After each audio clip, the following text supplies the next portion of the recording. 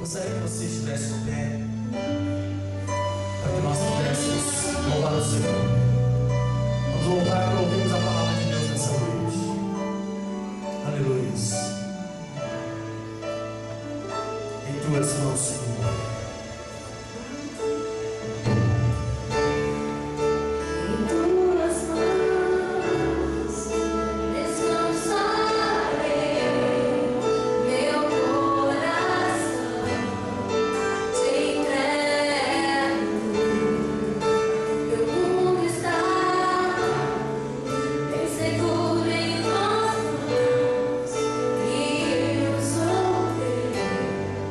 Pra ser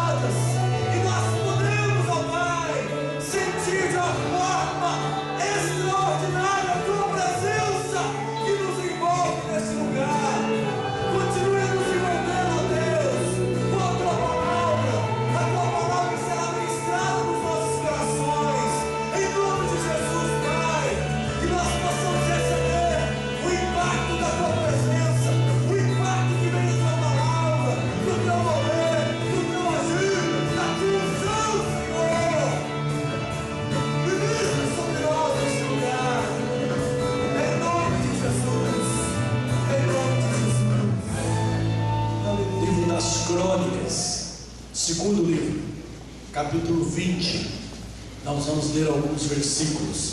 Glorificado seja Deus. Deus está aqui. Eu estou sentindo. Aleluia. Glória a Jesus. Glória a Jesus. Aleluia. Glória a Deus. Nós vamos ler alguns versículos. Versículo 1 ao versículo 5. Diz assim a palavra do Senhor. A minha versão é a NVI. Depois disso, os moabitas e os amonitas, com alguns dos meunitas, entraram em guerra contra Josafá. Então informaram a Josafá: um exército enorme vem contra ti de Edom, do outro lado do Mar Morto. Já está em Azazon Tamar, isto é, em Gedi. Alarmado ou com medo, Josafá decidiu consultar o Senhor e proclamou um jejum em todo o reino de Judá. Reuniu-se, pois, o povo, vindo de todas as cidades de Judá, para buscar a ajuda do Senhor. Josafá levantou-se na assembleia de Judá e de Jerusalém, no templo do Senhor, na frente do pátio novo, e orou. Versículo de número 12: ó nosso Deus, não irás tu julgá-los?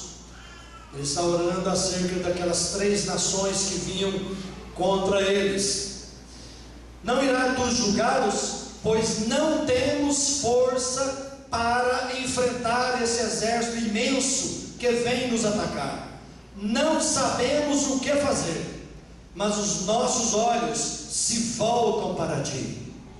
Digam glória a Deus. Glória a Deus. Todos os homens de Judá, com suas mulheres e seus filhos, até os de colo, digam todos, até os de colo, estavam ali em pé diante do Senhor. Então o Espírito do Senhor veio sobre Jaaziel, filho de Zacarias, neto de Benaía, bisneto de Jeiel e trineto de Matanias, levita e descendente de Asaf. No meio da assembleia ele disse: escutem todos os que vivem em Judá e em Jerusalém, e o rei Josafá, assim lhes diz o Senhor: não tenham medo, nem fiquem desanimados por causa deste exército enorme, pois a batalha não é de vocês, mas de Deus. Aleluia. Glória a Jesus. Verso 18: Josafá prostrou-se rosto em terra, e todo o povo de Judá e de Jerusalém prostrou-se em adoração perante o Senhor.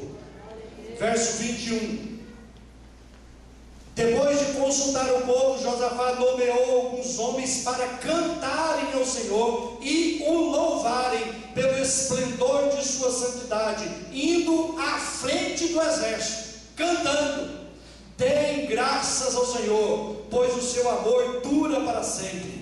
Eles foram cantando essas estrofes aqui, essas 2 estrofes, só isso cantando, o tempo todo. Deem graças ao Senhor, pois o seu nome, o seu amor dura para sempre. Repitam todos: deem graças ao Senhor, pois o seu amor dura para sempre.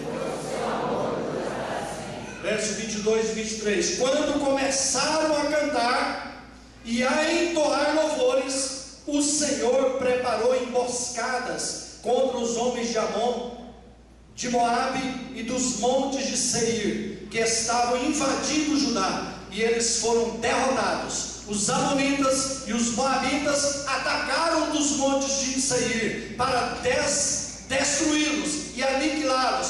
Depois de massacrarem os homens de Seir, destruíram-se uns aos outros. Versículo 26: no 4º dia, eles, o povo de Judá, eles se reuniram no vale de Beraca, onde louvaram o Senhor. Por isso até hoje esse lugar é chamado Vale de Beraca, ou Vale da Bênção. Digam graças a Deus pela palavra de Deus. Digam: eu amo a palavra de Deus.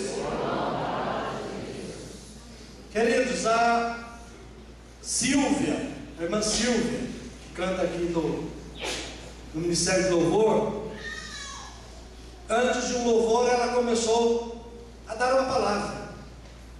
E ela disse: irmãos, nós estamos vivendo, foi mais ou menos assim, irmão, nós estamos vivendo dias difíceis, dias de muita luta. Eu li um livro há algum tempo, de um psiquiatra, e ele naquele livro enfatizou muito sobre que a vida é dura, a vida é difícil, a vida é um cenário de grandes perigos. E Jesus disse: no mundo ou na vida nós teremos aflições, e sabemos que viver é lutar, viver é lutar, desde o momento da concepção em que fomos concebidos, é luta para viver, luta para não morrer, luta para ter saúde. Viver é lutar. Um poeta disse que a vida é luta renhida, que os fracos abate e os fortes só sabem exaltar, prevalecem. Eu tenho certeza que muitas pessoas que entraram aqui nessa noite estão passando lutas, estão passando dificuldades. Algumas talvez não precise ser profeta para profetizar isso, ou ter essa revelação. Estão passando por grandes lutas e se sentindo sem forças, e sentindo que essas lutas são maiores do que as suas forças. Com certeza tem pessoas assim, muitos sem circunstâncias desesperadoras, e às vezes você pensa que a lógica está contra você, ou que a sua luta é maior do que a de qualquer outra pessoa, e você não sabe o que fazer. Eu coloquei um título nessa mensagem: o que fazer quando não se sabe o que fazer? O que fazer quando não se sabe o que fazer? Aqui nós vemos um texto em que o povo de Judá estava encurralado. Eram 3 países contra o diminuto Judá. Se o estado ou o país de Israel, com as suas 12 tribos, já é um país muito pequeno, imagine ali 2 tribos, Judá e Benjamim, e o país se chamava Judá, bem menorzinho. E aí vinha ali Moabe, Amon, os do Monte Seir, com mais de 1 milhão de soldados para atacar o povo de Judá.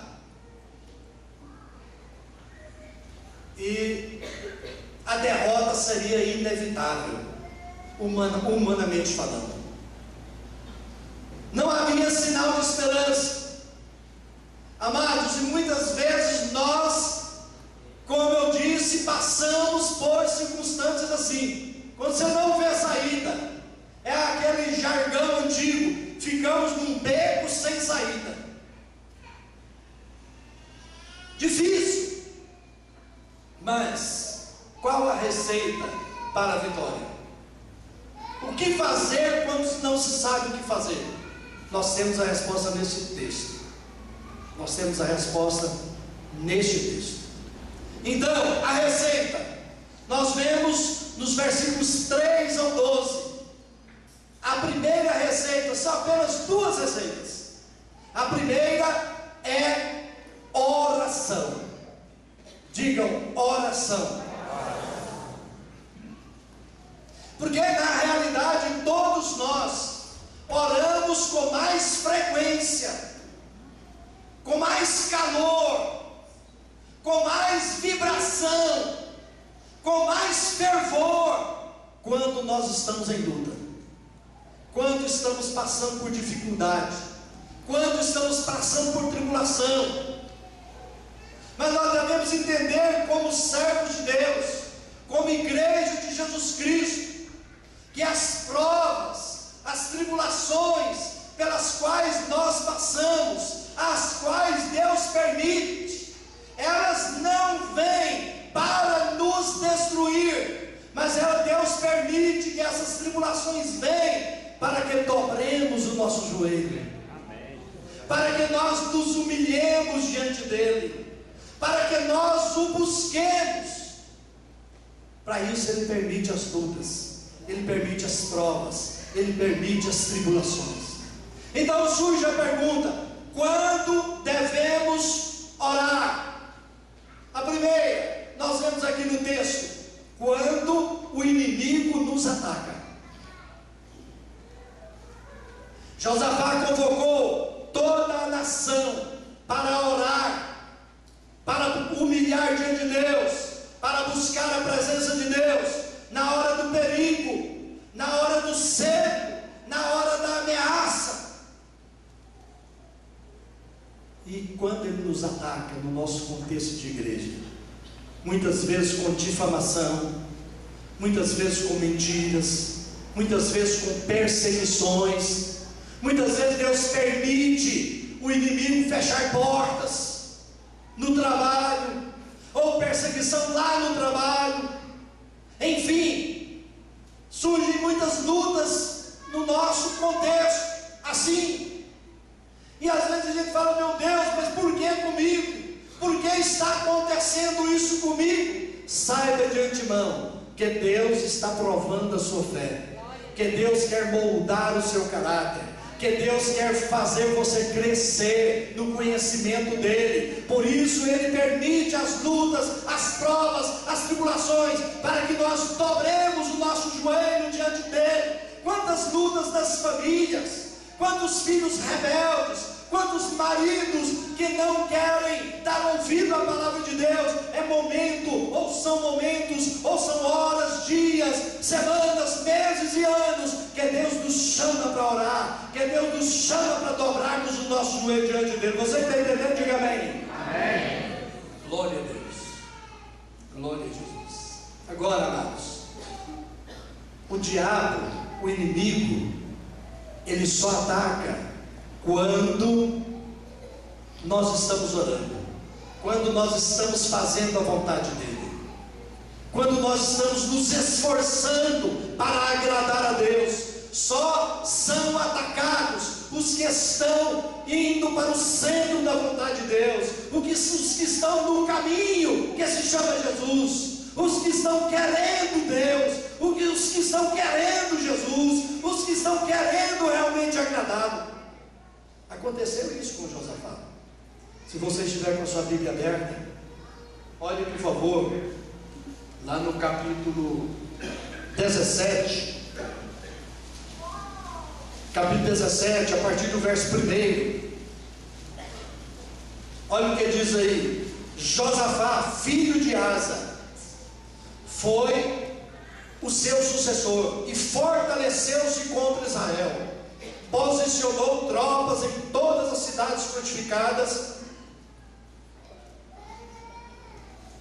de Judá, e pôs guarnições em Judá, na cidade de Efraim, que seu pai Asa tinha conquistado. O Senhor esteve com Josafá, porque em seus primeiros anos ele andou nos caminhos que seu predecessor Davi tinha seguido. Não consultou os Balaíns, mas buscou o Deus de seu pai e obedeceu aos seus mandamentos, e não imitou as práticas de Israel. O Senhor firmou o reino de Josafá, e todo Judá lhe trazia presentes, de maneira que teve grande riqueza e honra. Ele seguiu corajosamente os caminhos do Senhor. Além disso, retirou de Judá os altares idólatras e os postes ídolos, ou os postes sagrados.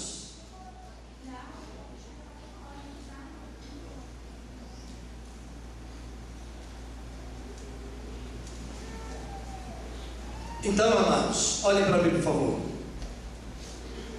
Quando ele nos ataca?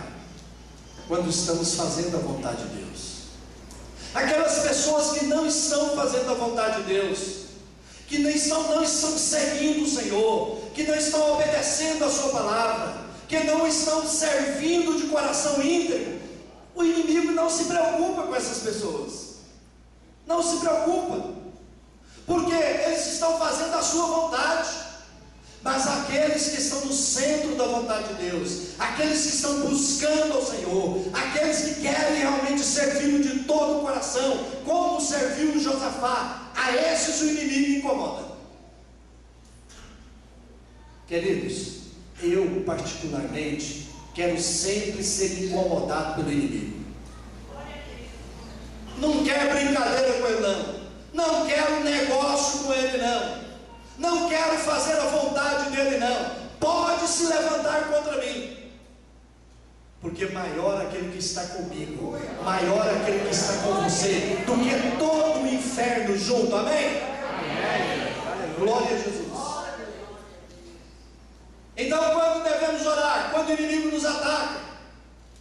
Há uma orquestração do mal atingindo nossas famílias, as famílias da igreja de Jesus na terra, não somente da igreja que aqui congrega. Há uma orquestração do mal, e a Bíblia diz que a nossa luta não é contra a carne nem contra o sangue, mas contra as potestades que habitam nas regiões celestes, que são no ar, que habitam nos ares, diz uma outra versão. A nossa luta é contra eles e eles contra nós também. É uma luta muito grande. Há uma orquestração do mal atingindo muitas famílias das igrejas, força extraterrena que nós não vemos, que nós não enxergamos. Mas amados, eu tenho uma boa notícia que está aqui na Bíblia. O anjo do Senhor acampa-se ao redor daqueles que o temem e os livra. Aleluia! Diga para alguém que está ao seu lado aí: o anjo do Senhor está ao seu lado.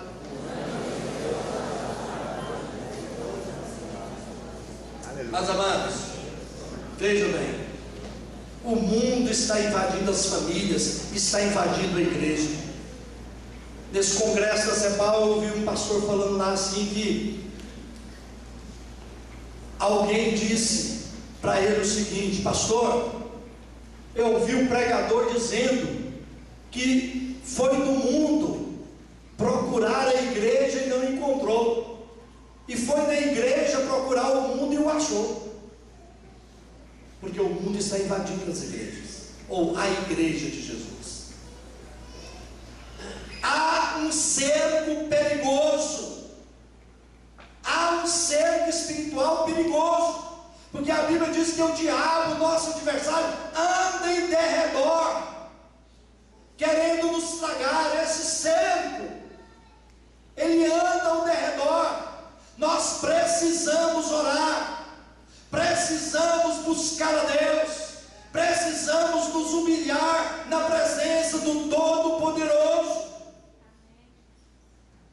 Eu li essa semana acerca de uma novela da 7, que está batendo recorde de audiência.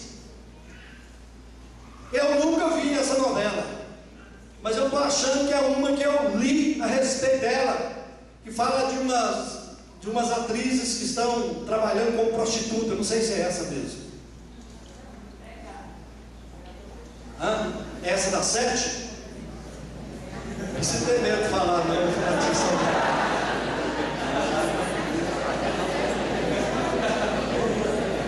Mas sabe por que está tendo muita audiência? Porque é disso que o diabo gosta, é disso que o mundão gosta, de ver essas coisas. E se tiver nudez, melhor ainda. Queridos, infelizmente o mundo está invadindo casas de cristãos, através das novelas principalmente. E nós temos que estar atentos, amados. Nós temos que estar vigiando.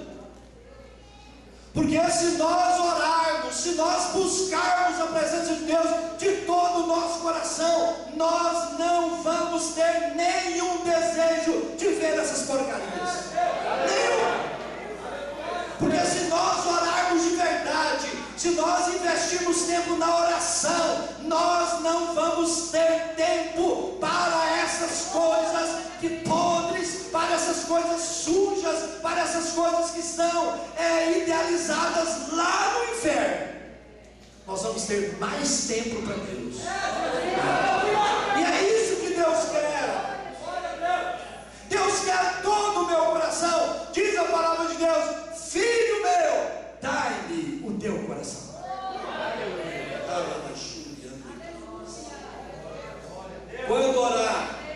quando estamos com medo. O Josafá, ele teve medo. O medo é um sentimento humano. Quem não tem medo? Todos nós sentimos medo, mas nós não podemos deixar que o medo nos paralise. Nós não podemos deixar que o medo nos leve para a depressão. Nós não podemos deixar que o medo bloqueie a nossa mente, bloqueie a nossa alma. O Josafá teve medo, mas ele buscou o Senhor. Aleluia. Ele foi para a oração. Ele foi para a oração. O medo não o afastou de Deus, mas o levou para Deus. Eleva os teus olhos para os montes, de onde me virá o socorro? Responda.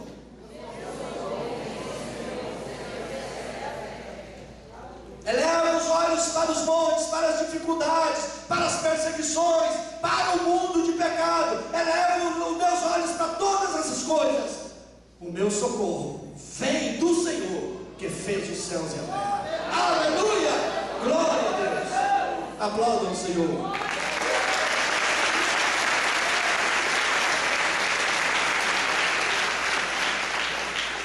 Então, quando os nossos recursos se acabam, você sente aquele medo. E agora? O que eu faço agora? Busque ao Senhor. Dobre o seu joelho diante do Senhor. Ele vai te responder. Certamente, aliás, certamente mesmo, porque a gente lê aqui na oração, eu não li por causa do tempo, a oração que ele faz aqui é longa. Ele contou tudo para o Senhor que ele estava sentindo. Ele contou para o Senhor. Ele falou para o Senhor. Então, eu tenho dado essa receita para muita gente. Não fale mal daquele que te causou o mal. Não fale para ninguém, a não ser para o Senhor. Porque quando a gente está falando mal do outro, que nos fez uma injustiça, que nos fez um outro mal, nós não podemos pagar o mal com o mal. Nós devemos pagar o mal com o bem. E além disso, devemos orar. E quando vamos orar, a gente conta para Jesus o que a pessoa nos fez. E a Bíblia diz que Ele nos vingará. A vingança pertence ao Senhor e não a nós. Não tente fazer as coisas com as suas próprias mãos. Não tente vingar das pessoas. Porque quando você talvez não tem condições de fazer o mal para aquela pessoa, então você fala mal. É uma espécie de vingança. E enquanto você está falando mal, o seu coração está cheio de mágoa. Mas quando você fala para Jesus: Senhor Jesus, fulano me fez isso, me fez aquilo, tem misericórdia, Senhor, me ajuda, eu libero perdão para aquela pessoa. Mas não começa a falar: e Jesus manda fogo sobre ele. Não faz isso não. Fala para Jesus salvá-lo, para fazer uma obra naquela vida. Você está entendendo? Diga amém. Amém. Então, quando estamos com medo, devemos orar. Quando nos sentimos impotentes e fracos, também devemos orar. Josafá fez essa confissão sincera ao Senhor. Aí no versículo de número 12 que eu li para vocês: não temos força para enfrentar esse exército imenso, não sabemos o que fazer. Em nós não há força, não sabemos o que fazer. Mas ele falou uma palavra-chave aqui: mas os nossos olhos estão postos no Senhor. Aleluia. Se você não sabe o que fazer, se não tem força em você mesmo para vencer essa luta que você está passando, foque em Deus o seu olhar. Levante os seus olhos para o Senhor. Porque a Bíblia diz também no Salmo de número 20: uns confiam em carros, outros em cavalos, mas nós faremos menção do nome do Senhor. Amém? Faremos menção do nome do Senhor. Glória a Deus. Glória a Deus. Então ele se sentiu impotente junto à nação de Israel, de Judá, se sentiu fraco, mas ele falou isso para Jesus. Então a oração é falar o que está no nosso coração. Se você está sentindo fraco diante de uma situação, impotente diante de uma situação, e sem forças, fale com o Senhor: Senhor, estou sem forças, Senhor, eu sou impotente, Senhor, a minha capacidade e suficiência vem do Senhor, porque os meus olhos estão colocados em Ti, o Senhor é a minha força. Faça como o Salmo de número 18, que é um dos salmos que eu mais gosto, Salmo de número 18. Olha o que está escrito aí no Salmo 18, no começo do Salmo 18. Olha o que o salmista diz. Ele diz assim: eu te amo, ó Senhor, minha força. O Senhor é a minha rocha, a minha fortaleza, o meu libertador, o meu Deus, é o meu rochedo, em quem me refugio. Ele é o meu escudo e o poder que me salva, a minha torre alta. Glória a Deus. Aleluia. Glória a Deus. Então é a oração. E como orar? Aqui nós vemos que o Josafá chamou o povo para orar e para jejuar. E eu escrevi aqui algo de um pregador, ele dizendo assim: quem jejua tem pressa. Quem jejua está dizendo que tem algo mais urgente e mais apetitoso que o alimento. Quem jejua tem fome de Deus. Quem jejua prova que precisa desesperadamente de socorro, de poder. Amados, precisamos jejuar pela nossa vida, pela nossa família, pela nossa igreja, pela nossa cidade, pela nossa nação. A Bíblia diz que Jonas foi pregar depois de querer correr, né, fugir da raia, como dizia antigamente, foi pregar em Nínive.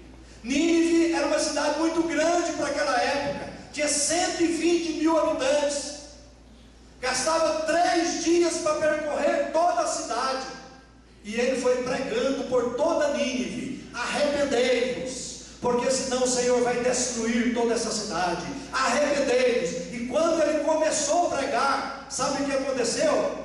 Mandaram falar para o rei de Nínive: olha, tem um pregador aí pregando, dizendo que Deus vai destruir aqui a cidade. E aí sabe o que o rei fez? Ele convocou toda a cidade para jejuar, e todos jejuaram para buscar a Deus. Naquela época eles jejuavam diferente, né, da gente. Aliás, jejuavam corretamente na abstinência de alimentos, mas eles colocavam roupa de pano de saco. Pensar que quando eu era menino eu usava roupa de pano de saco. Tinha mercearia, eu já contei isso aqui para os irmãos, né? Aí vendia açúcar a granel, farinha de trigo a granel. A mamãe aproveitava todo aquele saco branco, punha no quarador, né? Quarava, e aí fazia camisa para gente. Então eu já vestia humilde. E vestir de pano de saco era sinal de humildade, jogava cinza na cabeça. O povo de Nínive fez isso, ouviu a mensagem. Sabe o que aconteceu? Deus não destruiu a cidade, mas jejuou de mamã na caducando. Pôs também todos os animais para jejuar 3 dias. Já pensou? O gado berrando, os cachorros latindo, não era para dar alimento para nenhum animal. Mas aquele jejum foi ouvido por Deus, foi visto por Deus. Aquele clamor foi ouvido por Deus, e Deus sarou aquela cidade, toda uma cidade. Então nós devemos jejuar, queridos. Está passando lutas na família, jejue. Chama a esposa, chama os filhos. Se os filhos são criança pequena, faz um jejum menor para eles. Se eles gostam muito de chocolate, explica para eles: ó, querido, você vai ficar sem comida o café da manhã, ou mesmo o almoço, ou um chocolatinho, hoje você não vai comer não, tá? Vamos jejuar. Explica o que está fazendo para eles. Ensina para as crianças a jejuar também, é muito importante. Então, devemos orar com jejum, devemos orar em unidade. Devemos orar em unidade. Eu quero louvar a Deus, irmãos, porque essa igreja aqui ora e jejua. Aleluia. É por isso que é a igreja abençoada. Glória a Deus. Amém? Amém. Quantos aqui se sentem abençoados? Digam amém. Amém. Aqui os homens estão orando toda sexta-feira, culto de oração dos homens. Os jovens estão orando aí 3, 4 vezes por semana, glória a Deus. As mulheres estão orando. Nós estamos na campanha de 21 dias, oração e jejum. Dá uma bênção, amém, irmãos? Aleluia. Faça parte desse exército de oração. Faça parte. Devemos orar como o Josafá orou aqui, agarrados das promessas de Deus. O Josafá orou a palavra de Deus. Ele falou assim: Senhor, quando o povo de Israel saiu lá do Egito, passou por Moabe, passou por Amon, passou lá pelo Monte Seir, mas o Senhor, eles não nos deixaram parar por lá, acampar por lá, e nós não fizemos, não trouxemos nenhum prejuízo para eles. Agora eles querem nos atacar, eles querem nos tirar da herança que o Senhor nos deu. Eles oraram a Bíblia, irmãos. Nós devemos orar a Bíblia também. Não é errado você pegar um salmo aqui e fazer do salmo a sua oração. Talvez você está passando a luta que o salmista estava passando, então ora. Eu gosto, quando estou passando luta grande, orar o Salmo 70. Sabe por quê? Porque o Salmo 70 fala: Senhor, apressa-te em socorrer-me, dá depressa em me ajudar. Então a gente tem que orar nas promessas de Deus aqui na Bíblia. Porque a Bíblia diz, preste atenção no que eu vou te falar. A Bíblia diz que Deus não deixa envergonhado aquele que o busca. Aleluia. Não deixa confundido aquele que clama a Ele. Amém. Então olha as promessas de Deus. Se você está fazendo a vontade de Deus, você pode orar, porque Deus é fiel a essa palavra, e Ele vai cumprir as promessas dele na sua vida.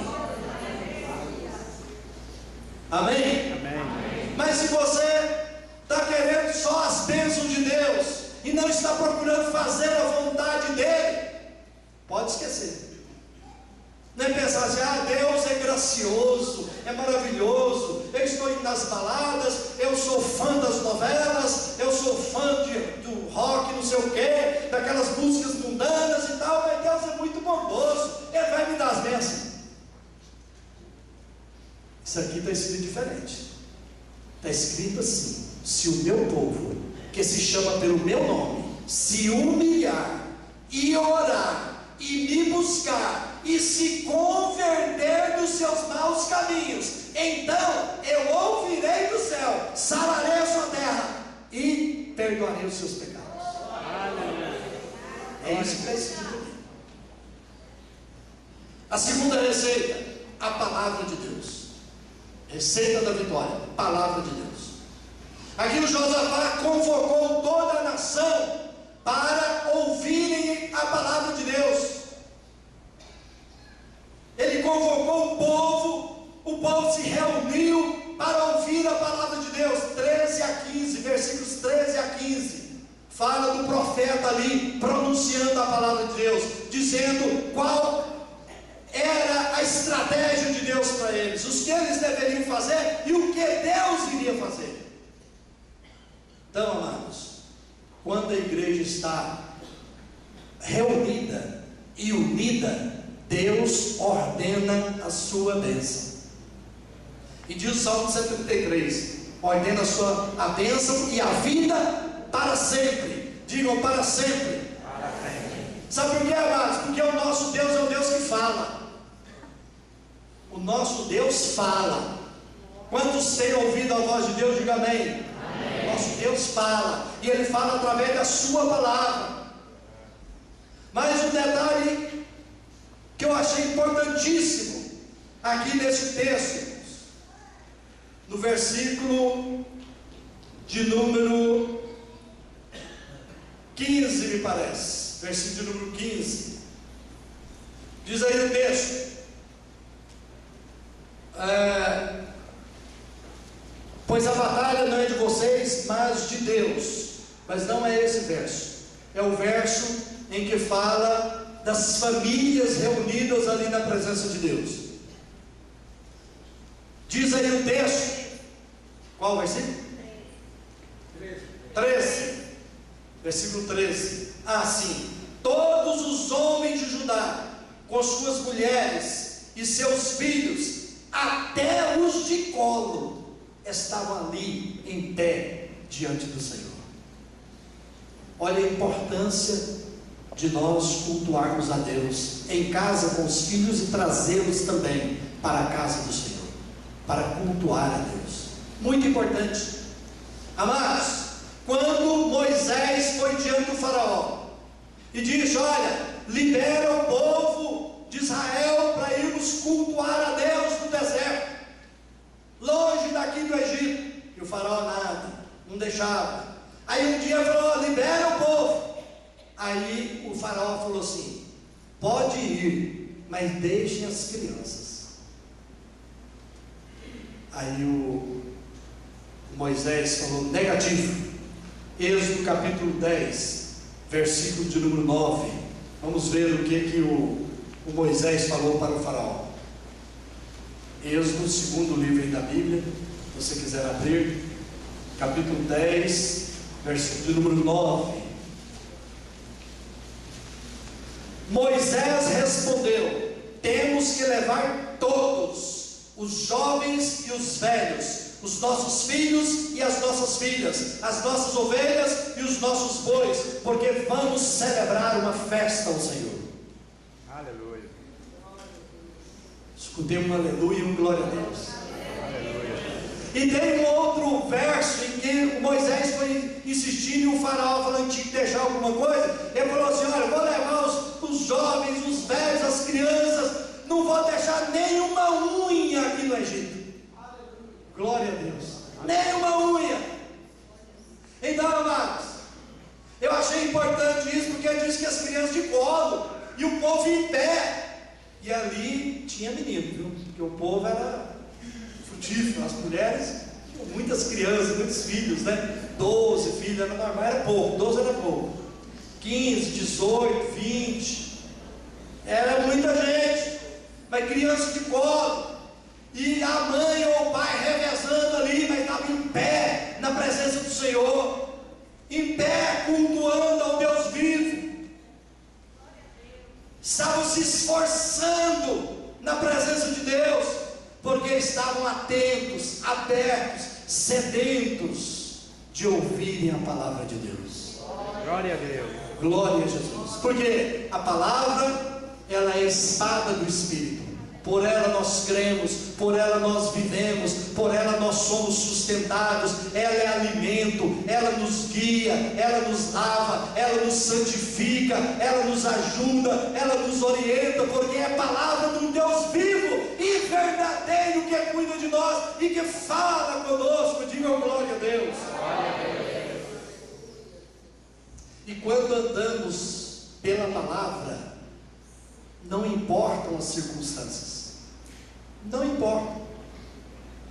Aliás, nós nem olhamos para as circunstâncias, se nós estamos dentro da palavra. O Pedro, naquela tempestade, Jesus andando sobre as águas: ah, eu quero ir, Senhor. Então vem, Pedro. O Pedro foi, até a metade do caminho foi bem, mas depois ele olhou para as circunstâncias, o vento forte, as ondas altas, e foi afundando. Não olhe para as circunstâncias, não olhe para o vento forte, não olhe para a tempestade, mas olhe para quem está na direção, para quem está no comando, para quem é o comandante da sua vida, como aquele hino que nós cantamos aqui: para quem é o seu pastor. Quando ele é o seu pastor, ainda que você ande pelo vale da sombra da morte, você não terá medo, porque a sua vara e o seu cajado, que é a sua palavra, te consola, te conforta, te ajuda. Amém? Então, amados, nós como povo de Deus precisamos compreender pela palavra de Deus que Deus está do nosso lado, e quando Ele está do nosso lado, nós somos mais que vencedores. Nós precisamos de entender isso, precisamos de compreender que a nossa vitória vem do Senhor. Vem do Senhor. A última palavra não é do médico, A última palavra não é do patrão, a última palavra não é do político, a última palavra não é do presidente da república, mas para nós, igreja de Jesus, sempre a última palavra é do nosso pastor Jesus Cristo. Glória a Deus. Glória a Deus. Aliás, eu falei duas receitas, mas a terceira e última é o louvor, né? O louvor é a última receita. É interessante, queridos, que o louvor aqui, o que nos ensina a palavra de Deus aqui, que o louvor é uma arma de guerra. O louvor é uma arma de guerra. Versículo 18 ao 21, quando o Josafá se consultou com o povo, ele nomeou alguns homens para cantarem ao Senhor e o louvarem pelo esplendor da sua santidade, indo à frente do exército. Não tem outro lugar na Bíblia que diz isso, que tinha um coral na frente do exército. Tinha um coral na frente do exército. Gente, as batalhas ali eram sangrentas, era coisa feia mesmo. A Bíblia fala que tinha até machadinha de guerra, era coisa horrível. Mas naquele dia Deus mandou Josafá pôr um coral na frente. Ele pôs o coral para louvar ao Senhor. Então Josafá enfrentou o inimigo, foi com o coral. Olha a importância do louvor. Foi a arma que Deus usou através do povo para vencer aquela guerra. Diz o texto que quando eles começaram a louvar, Deus pôs emboscada. Eu estava lendo um comentário dizendo que aquele comentarista, né, aquele pastor, dizendo que Deus colocou anjos lá na emboscada. E aí começaram a se matar uns aos outros. O povo começou ali a se matar uns aos outros, de um monte Seir. Depois foram contra os amonitas e contra os moabitas. E depois nós lemos aqui no texto, aí quando o povo de Judá viu, só tinham corpos caídos. E eles não tiveram que lutar. Como o profeta disse: vocês não vão lutar, mas Deus vai lutar por vocês. Glória a Deus. Glória a Deus. Então, amados, o louvor não é só na hora da alegria. É fácil louvar na hora da alegria, não é verdade? Talvez você tenha se queixado dos problemas, dado murmurado, por causa de problemas da família, ou da saúde, ou nas finanças, ou na escola, ou no emprego. Ao invés de murmurar, começa a louvar.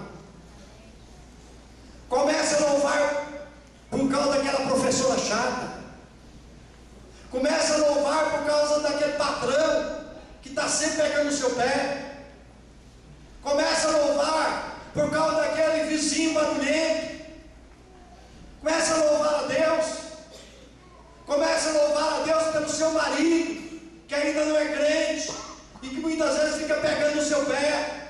Começa a louvar. Começa a louvar se está difícil as finanças. Começa a louvar se você está desempregado. Comece a louvar, porque quando você de coração começar a louvar ao Senhor, Ele vai começar a agir em seu favor. Foi o que aconteceu aqui. Quando o povo começou a louvar, Deus começou a trabalhar pelo povo. Deus começou a ganhar a guerra.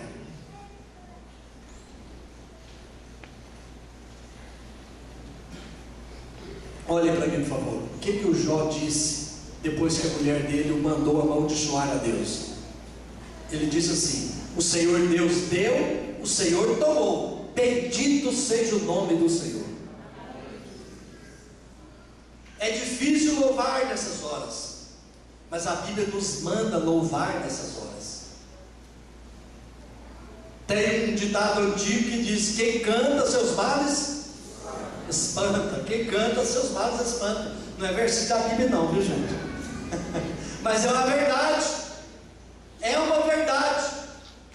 O louvor traz vitória ao acampamento de Deus, confusão e derrota do acampamento inimigo. O louvor confundiu o inimigo, o louvor mudou o cenário ali daquela guerra, e o louvor muda o cenário nas nossas vidas, o louvor muda o cenário da nossa família, o louvor muda o cenário no seu trabalho, o louvor certamente vai mudar também o cenário do seu emprego, o cenário da sua alma. Glória a Deus. Então, o louvor é a causa da vitória e não o resultado da vitória. Porque o louvor não é apenas para a hora da alegria, ele não é consequência da vitória, ele é a causa. Foi por causa do louvor que eles tiveram vitória. Então, gente, olha, não espere brotar do céu o arco-íris para louvar a Deus. Louve-o na tempestade. Não espere o vendaval da sua família se acalmar para você louvar a Deus. Louve a Deus, e Ele transforma a tempestade, o vendaval, Ele transforma em bonança, Ele converte isso tudo em bonança. Não espere os muros de Jericó caírem para você tocar as trombetas de louvor. Toque a trombeta de louvor, cante a Deus, e as muralhas vão cair. Coloque-se em pé em nome de Jesus.